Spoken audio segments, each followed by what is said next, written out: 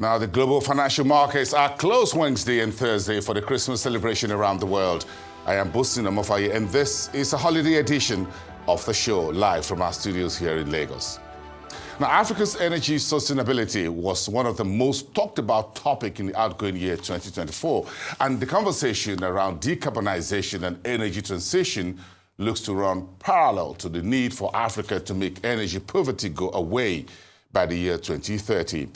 Dr. Arya is a senior vice president and the chief energy strategist at S&P Global, and he presented his views and outlook in this special interview conducted during the 2024 African Energy Week Summit in Cape Town.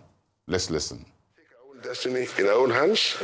The issue of energy, As African countries seek to utilize their endowment of natural resources to improve energy access, to what degree can local operators leverage clean energy to decarbonize the energy sector at a local level? Yeah, I think it's a really good and important question.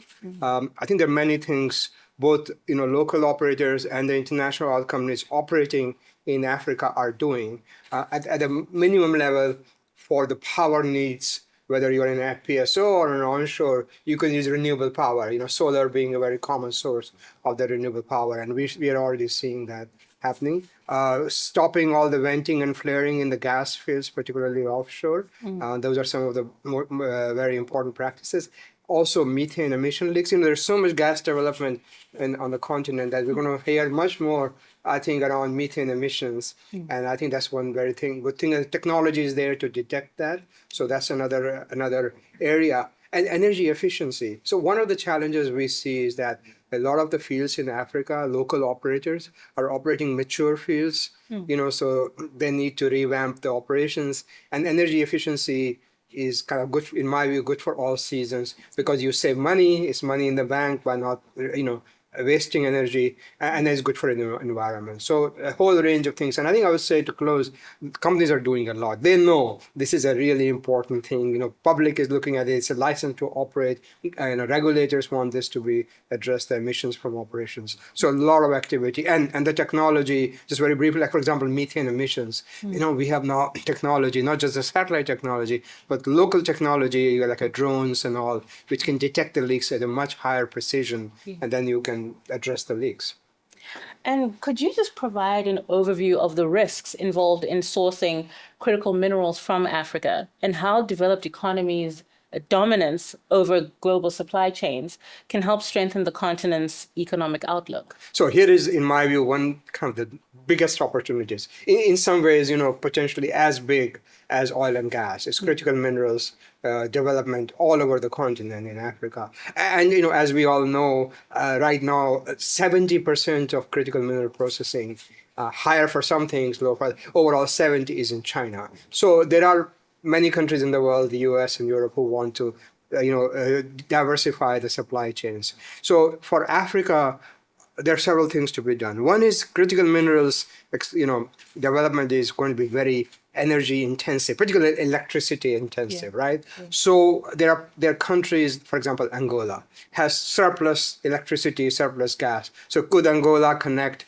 with some of the other neighboring countries and send clean electricity for these mining operations? I think that would be a good way to both collaborate and also help make a more sustainable mining. I think the other issue always there is how are these mines being developed? So, best practices in terms of impact on local, communities. When we talk about just energy transition, I think we also need to talk about just minerals transition because the minerals have sometimes even more impact. If you're in an offshore oil field, it has no impact on population. But if you're on onshore, most of the mining is onshore, almost 99%, that those communities, they have to be cared for when you're displacing them for mining operations. Yeah. And how will high interest rates on investment and uncertainty over future energy policies impact the renewable energy sector in Africa? Yeah. So by the way, high interest rates impact everything, right? Yeah. They impact both the oil and gas development, but also the renewables development. So there is an impact, already happening in the sense that the cost of capital has gone up. And actually, one thing we are working on in S&P Global is why is the cost of capital for Africa so much higher than, sometimes 5-6% even higher than that, higher than say in Europe or in the US. So there are issues around regulations, transparency, capacity building, and all of these issues need to be addressed. I think the good news is that globally the interest rates are coming down, and that should help. So that's one thing. But in terms of addressing it, I think there's kind of what I would call their root issues, which need to be addressed to not just have the, interest rate will come down only so much. After that, the premium, the risk premium, which is added to investments in Africa, both renewables and fossil fuel, that has to come down. And I think I see a lot of actions, including by the international banks, the IMF and the World Bank and so on, to address that the risk premium issue on cost of borrowing. And could you just provide an overview of how private markets in Africa are actively contributing to the supply of capital funding for infrastructure projects, especially in the clean energy sector? Yeah, so I think that's, again, kind of, interesting developments. I've been coming here for a few years to Africa Energy Week, and I saw this morning, this big announcement by Bank, collaborating with a number of countries and then also creating this Africa Energy Bank, which will hopefully bring more capital. So there is, people say, well, there is not enough money. I think there is a lot of money around the world, maybe not enough coming into Africa, which is true.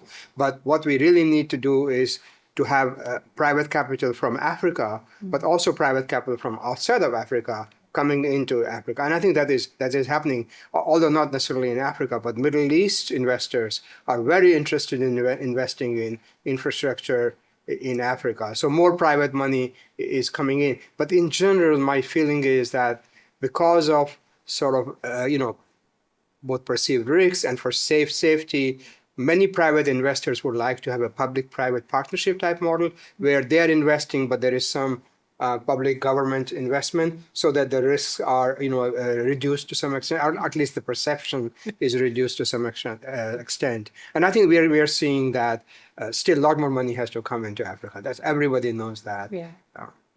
And how can IOCs and operators active in African oil and gas industry further leverage carbon capture and storage technologies to enable decarbonization on the continent's industrial economy? Yeah. So carbon capture is going through, and I've spent a lot of time in my career working on carbon capture, and I always joke, I don't have much to show for it. Hopefully that will change, right? But the thing is that carbon capture, if you look at the whole continent, the only place where it is currently happening is in Algeria, actually through gas processing, where the CO2 from gas processing being injected. The technology is still, being developed or deployed, I should say, in Europe and in the US. And I think that's kind of where the lead is going to be in Africa.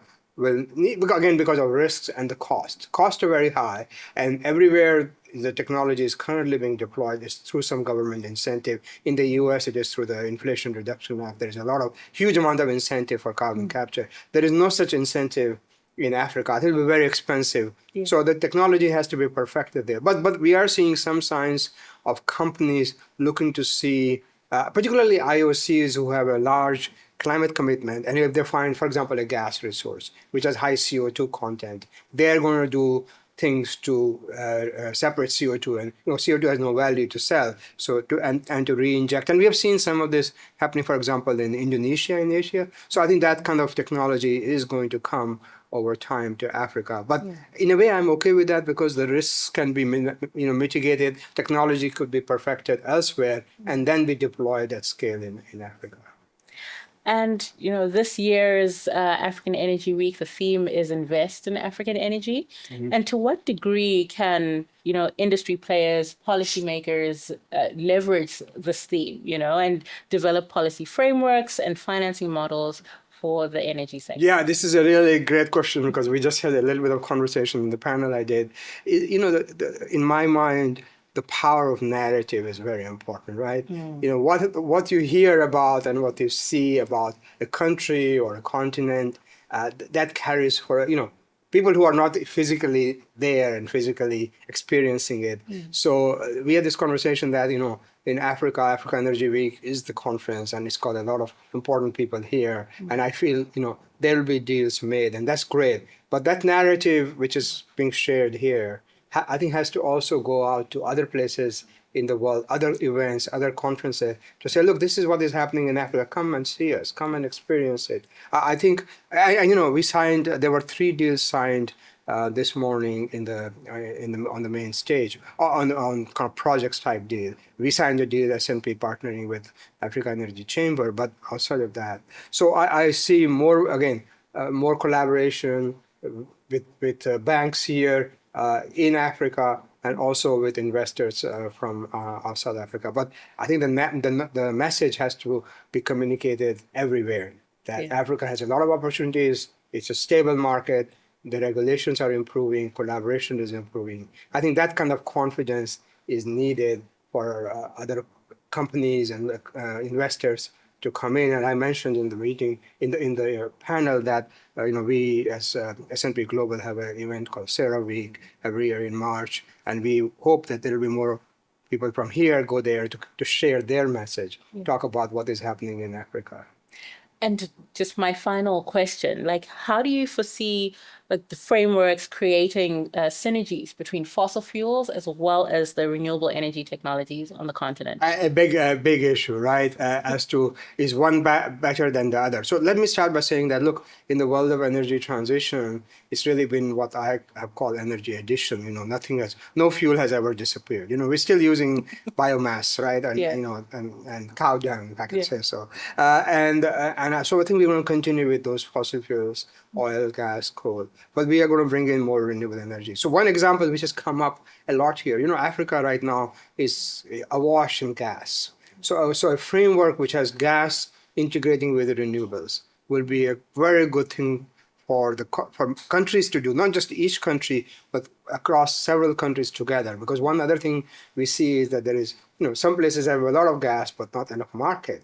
But other places need power, but have no fuel. So can you bring in that gas and then integrate that with solar and wind? Africa has the best solar resource there is in the world. So, and solar is so cheap now. So bring in solar, integrate with natural gas. That's one easy thing to do. Other thing which we think is going to happen here is as more oil gets developed, some of that oil, rather than being exported or used in transportation, may go into petrochemicals. And then you're actually capturing that carbon into petrochemicals, and that's captured forever. And here in Africa, the consumption of base chemicals is so low per capita. There's a huge pent-up demand. So could be some more petrochemical operations as well.